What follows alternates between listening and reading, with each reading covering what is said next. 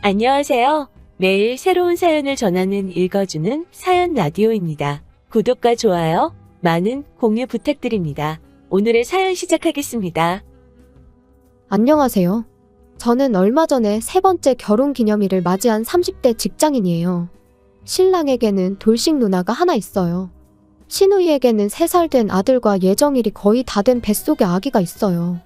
이혼하면서 첫째는 전 남편이 키운다며 데려갔죠. 이혼할 때도 임신 사실을 알고 있었지만 이혼을 했다고 해요. 시어머니께서 최대한 말씀을 아끼시고 쉬쉬하는 걸 보니 시누이한테 귀책이 있는 것 같아요. 제가 봤을 때도 시누이 성격이 보통은 아니라고 생각하거든요.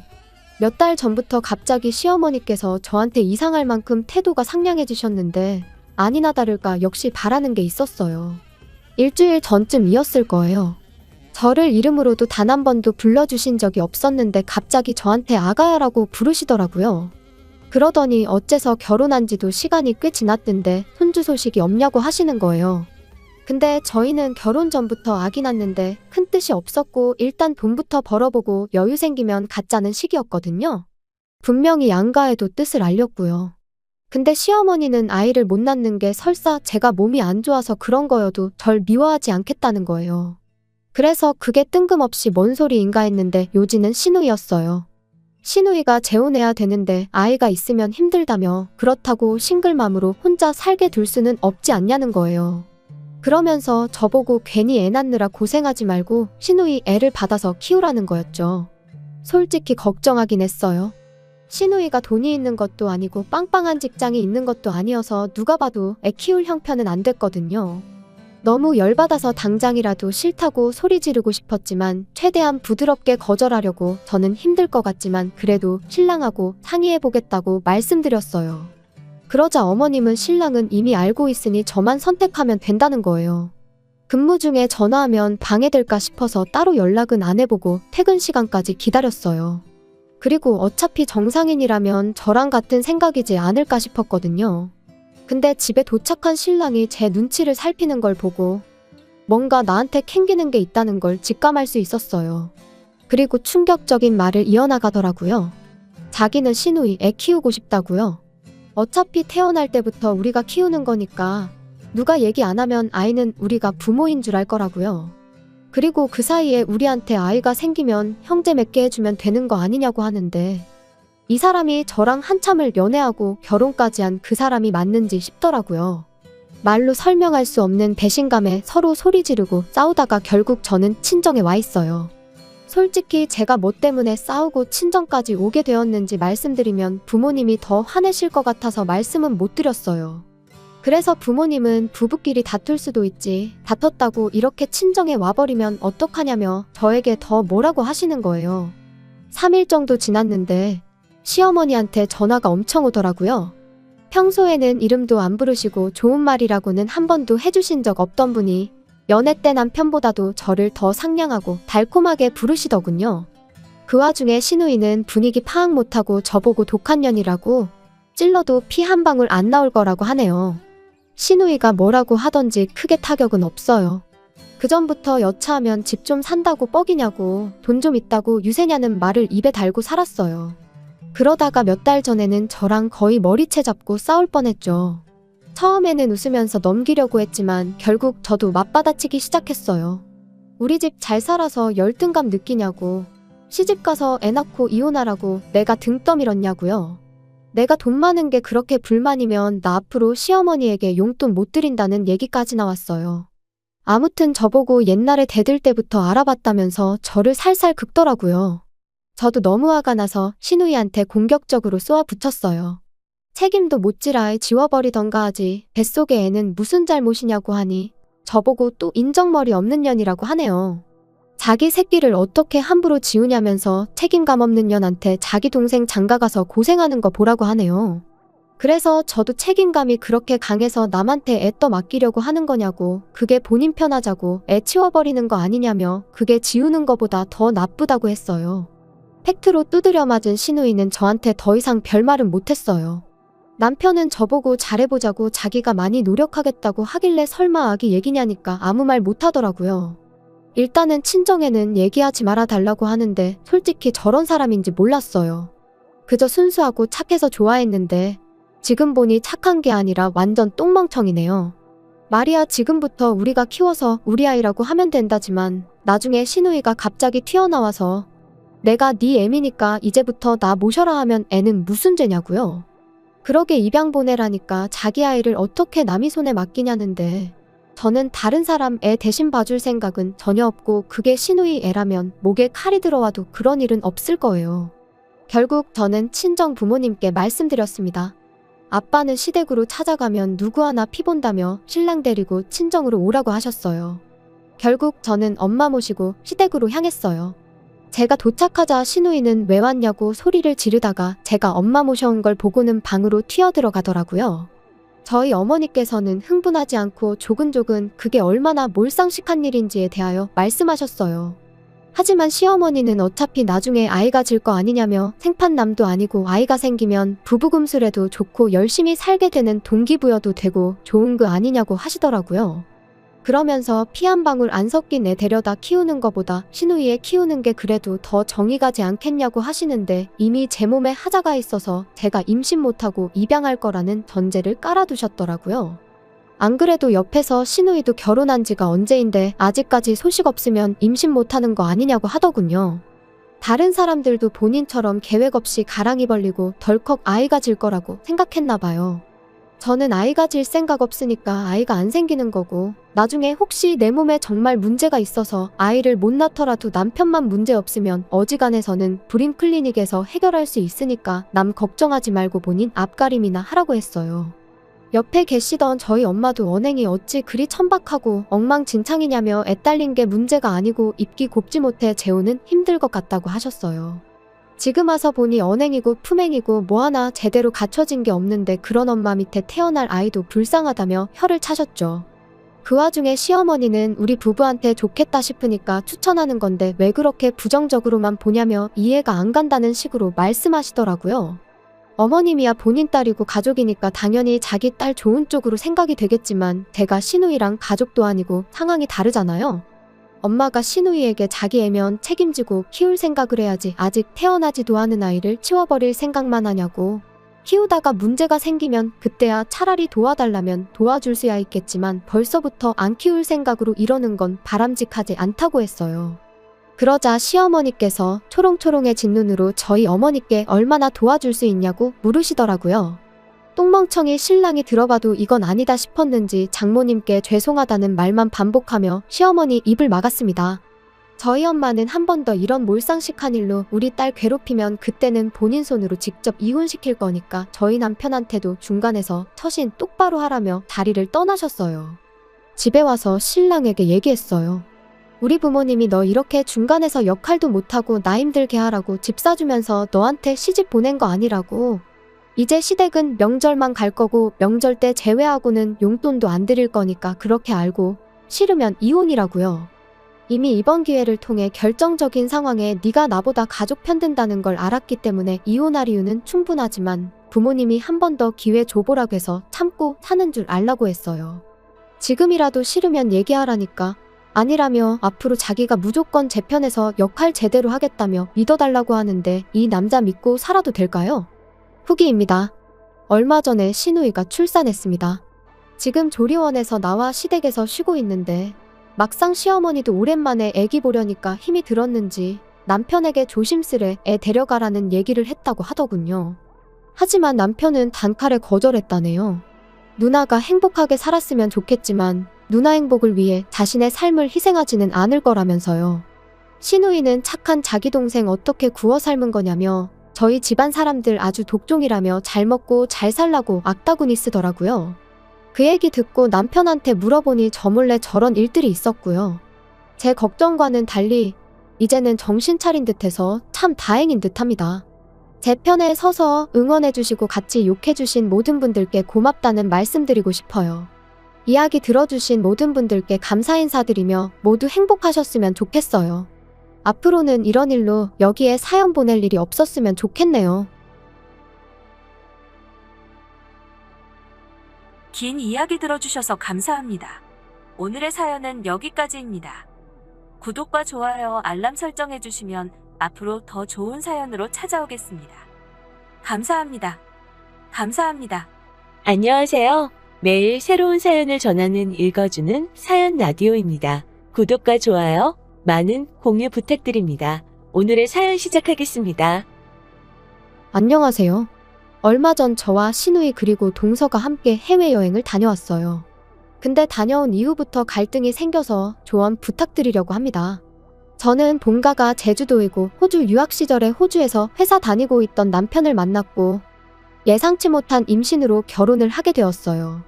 아이도 거기서 낳았고 아이가 8살 되던 해에 친정아버지가 돌아가셔서 남편과 제가 아버지 사업을 이어받기 위해 지금은 제주에서 지내고 있어요.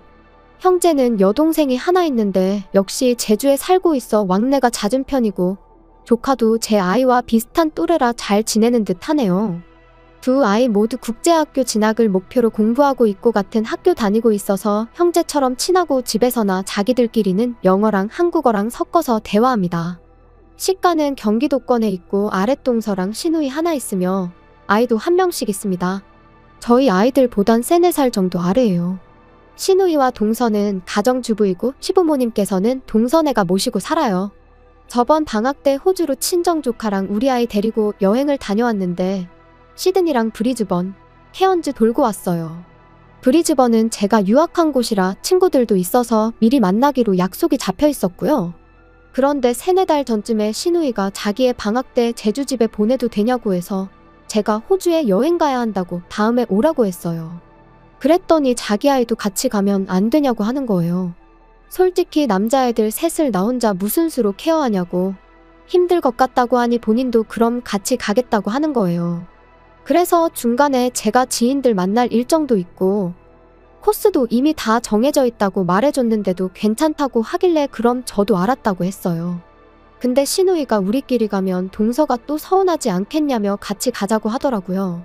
일이 점점 커져가는 감이 있었으나 맘대로 하라고 했어요.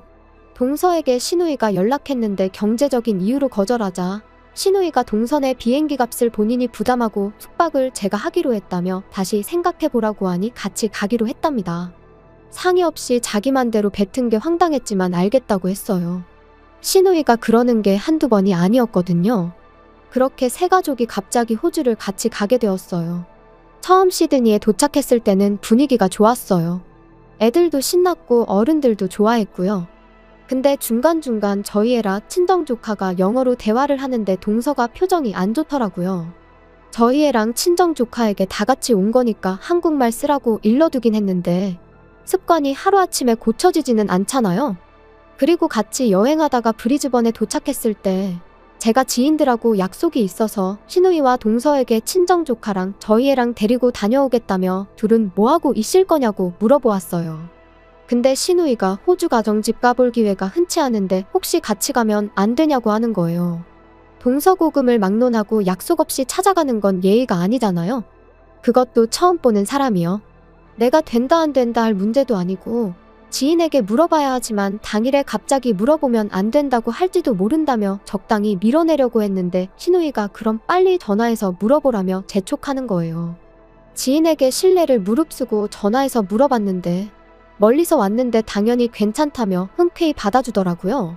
저도 미안한 마음에 좋은 걸로 와인을 2병 샀어요.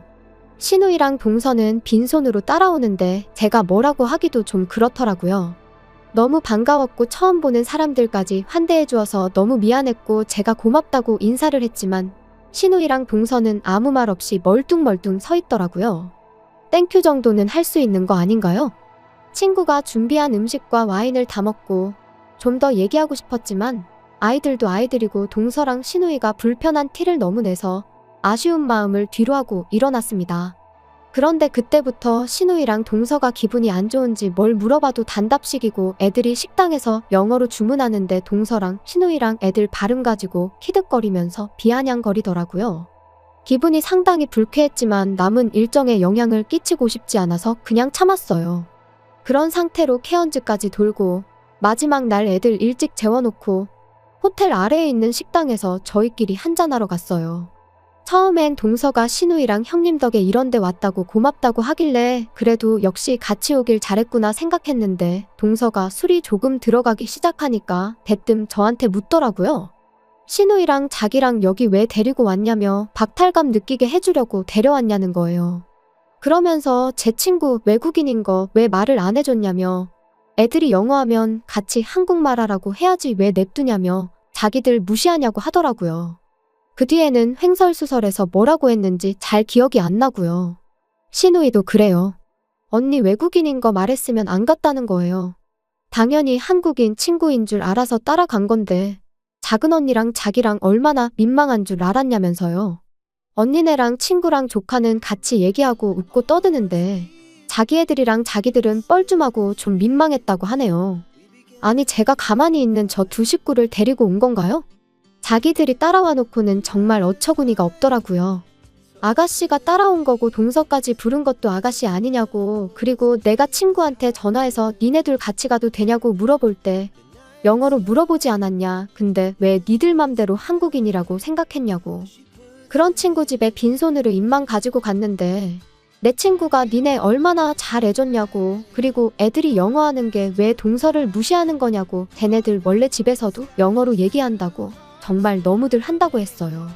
그러자 동서가 자기도 시부모 안 모셨으면 자기 아이 영어 유치원 보내고 다 해줬을 거라면서 소리 지르더라고요. 그 말 들은 신우이가 왜 말을 그렇게 하고 또 갑자기 그 둘이 싸우더라고요. 수습도 안 될 것 같아서 둘이 싸우거나 말거나 냅두고 혼자 나와버렸어요. 그리고 귀국할 때까지 새 여자가 냉전인 상태로 왔고요. 그대로 안 보고 살고 싶었지만 곧 추석이라 제가 동서한테 연락했어요. 그때 많이 섭섭했냐, 그냥 다 같이 좋게 놀러 갔다 오려고 한 건데 맘 풀어라, 좀 더 신경 쓰지 못해서 미안하다고 했어요. 동서는 아니라며 그냥 자기 자격지심이니 신경 쓰지 말라고, 저희 집 애들이 영어도 잘하고 해서 부러웠던 것 같다며 미안하다고 하더라고요. 그런데 자기도 이제 고민이 생겼는데 더 이상 시부모님 모시고 싶지 않다며 형님이 모셨으면 한다는 거예요. 부모님 모시면서 자기 자식 공부 다 못 시키는 것 같다고 하네요. 그래서 서방님이랑 얘기된 거냐고 하니까 아직 아니라네요. 그래서 제가 부모님 생활비를 더 줄 테니까 아이 공부하는데 보태는 건 어떠냐고 얘기했어요. 현재 시부모님 모시고 있어서 동서에게 매달 100만 원씩 생활비 주고 있어요. 알다시피 내가 친정어머니 모시고 있고 시부모님이 연고도 없는 제주에 오셔서 뭐 하시겠냐, 낮에 애가 학교 가고 나랑 남편은 출근하는데 두 분이서 뭐 하시겠냐고 하니 동서가 이제껏 형님이 하셔야 하는 건데 대신 하고 있었고, 그것 때문에 아이 공부도 제대로 못 시켰다며 저보고 양심 없다고 하는 거예요. 사실 시부모님 경기도에 20평 빌라가 전 재산이시고 서방님과 동서는 집 구할 형편이 없어서 그 집에 들어가 사는 건데 뭐 이런 경우가 다 있나 싶어요. 저도 결혼할 때 시댁에서 받은 거 하나 없고 전부 친정에서 받은 거예요. 그뿐만 아니라 호주에서 애 낳고 남편 외벌이로 살 때는 친정에서 생활비도 보태주셨어요. 저는 동서가 시부모님 댁에 들어가 산다고 생각했는데 동서는 여지껏 제가 할 일을 자기가 대신 한다고 생각했었네요. 그래서 저도 화가 나서 그럼 지금 아버님 집 처분하고 거기다가 내가 좀 더 보태서 제주에 작은 집 얻고 거기에 모실 테니 부동산에 집 내놓으라고, 어차피 그거 시부모님 집이고 설마 동서 부모님만 제주에 보내고 그 집에서 살려고 하는 거 아니지 않냐고 하니 끝까지 사람 무시하냐며 전화를 끊었어요. 진짜 괜히 여행 같이 가서 좋은 일 하고도 욕먹고 정말 어이가 없네요. 그래도 남편은 이유야 어쨌든 부모님 모시는 건 맞으니 어린애 투정이라 생각하고 화해하라는데 저도 아직 화가 가시지 않아서 쉽지 않네요. 진짜 저거 안 보고 사는 게 답일까요? 참고로 신우이와는 좋게 풀었어요. 추가입니다. 조언 구할까 하여 올린 글인데 많은 분들이 100만 원 끊으라고 하셨네요. 100만 원을 주는 건 친정어머니께도 드리는 돈이라 시부모님도 똑같이 드리는 거예요. 물론 시부모님께 드리고 있지만 시부모님이 동서에 준다고 하세요. 그래서 동서한테 100 주고 있다고 쓴 거고 신우이도 부모님께 50 드리고 있어요. 이건 그냥 용돈하고 계시고요. 부모님 제주로 모시는 건 서방님 결혼할 때도 한번 얘기가 나왔었어요. 하지만 부모님이 본가를 옮기면 서방님과 시누이가 명절에 오기도 힘들고 본인들 죽으면 제주까지 와서 가족이 모이겠냐고 거절하셨어요. 그리고 지금은 동서가 아이가 영어 유치원 다닐 나이는 지났고 어렸을 때 보내고 싶었지만 서방님 반대로 못 보냈던 걸 알고 있었어요. 근데 그걸 아직도 마음에 담고 있는지도 몰랐고요. 시누이는 먼저 미안하다고 전화 왔어요. 생각해보니 여행 간다고 들떠서 마음대로 추진해버려서 이렇게 된 것 같다고 미안하다고 했어요.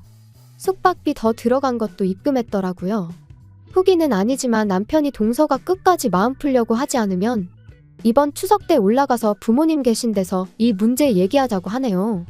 사실 동서가 저렇게까지 서운해할 일인가 내가 알게 모르게 무시했나 싶어서 올린 글이기도 해요.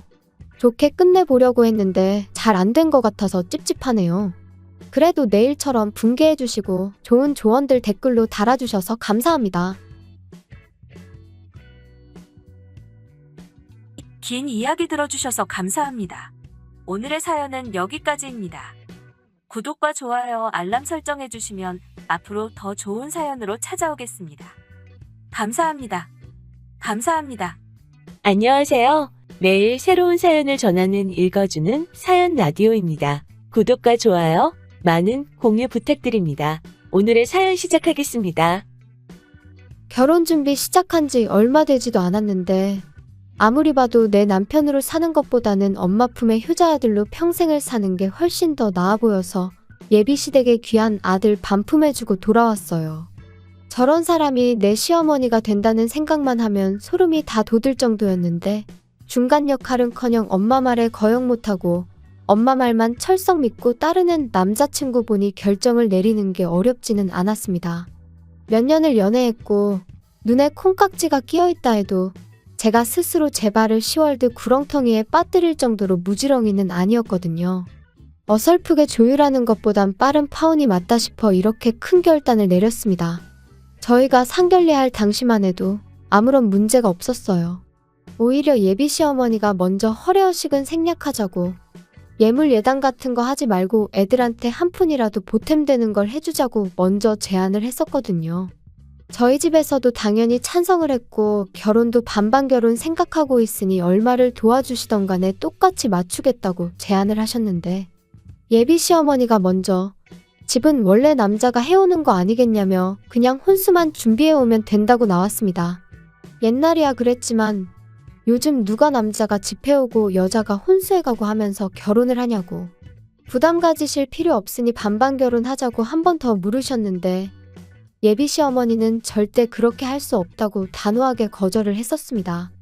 반반 결혼을 한다는데도 계속 싫다고 우겨대는데 어떻게 별 수가 없었어요. 그래서 혼수 비용에 결혼식 비용, 신혼여행비까지 전부 저희 집에서 다 하겠다 말하고 그렇게 이야기를 정리했습니다. 친구들은 요즘 그런 시어머니가 어디 있냐며 저보고 전생에 나라를 구했냐느니 어쨌다느니 소리를 하면서 부러워했어요. 다들 부럽다 부럽다 하니까 저도 처음에는 좋은 시댁 만났구나 막연하게 그렇게 생각하고 있었죠. 그런데 그 해준다던 신혼집이 제가 생각했던 것과는 많이 달랐습니다. 집을 해준다니까 뭐 강남에 몇십억 하는 아파트를 들어가야겠다 그런 욕심을 부렸던 건 절대 아니었어요. 다만 신혼집의 위치라든지 그런 것들에 있어서 당연히 그 집에서 살아갈 저희에게 선택권이 있는 건 줄 알았거든요. 그런데 그런 게 아니었어요. 집은 이미 상견례, 아니 저랑 남자친구 결혼 이야기 처음 오가기 시작했을 때부터 구해져 있던 거나 마찬가지인 상황이었죠. 집을 해준다고 했지만 애초에 매매로 집을 해주는 게 아니었습니다. 전세로 들어가는 거였고 집주인은 다른 사람이 아닌 예비 시어머니의 친언니, 그러니까 예비 시이모님이었습니다.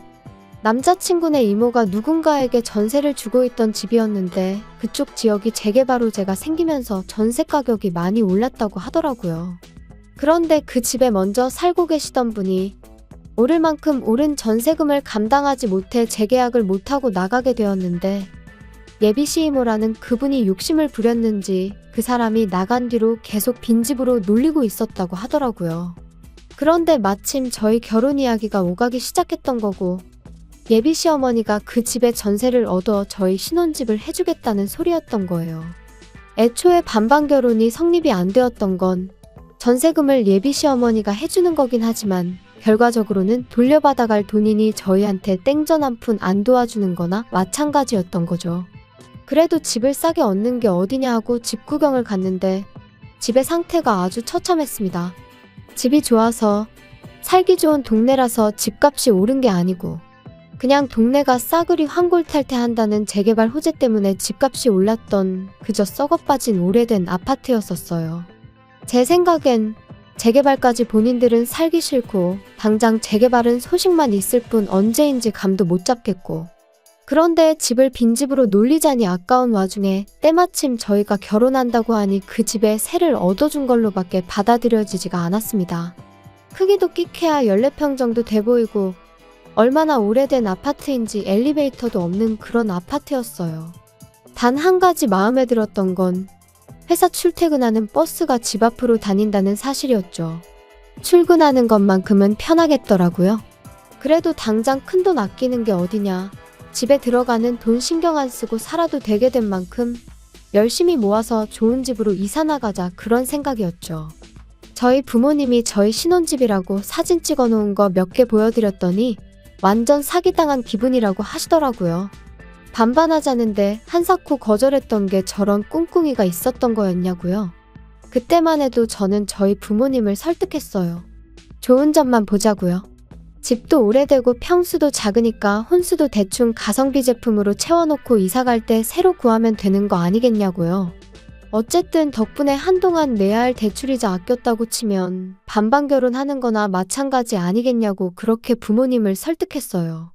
그런데 하루는 남자친구가 저한테 종이 한 장을 건네주더라고요. 이게 뭐냐고 물었더니 남자친구도 자기도 자세히 안 봐서 잘 모르겠는데 엄마가 혼수리스트라고 적어준 거라고 하더군요. 남자친구 보내고 나서 집에 돌아와 그때가 돼서야 적어준 혼수리스트를 체크해봤습니다. 그런데 적혀있는 혼수리스트가 아주 가관이더군요. 일단 브랜드가 전부 국내 굴지의 대기업 제품들밖에 없었어요. 모델명에 색깔까지 자세하게도 적어줬는데 인터넷 찾아봤더니 심지어 두 브랜드에서도 제일 비싼 최고급 라인의 제품들이더군요. 조금 어이가 없었어요.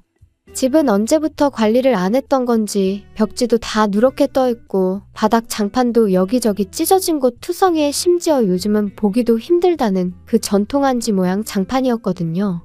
보아하니 리모델링을 해줄 리는 만무했고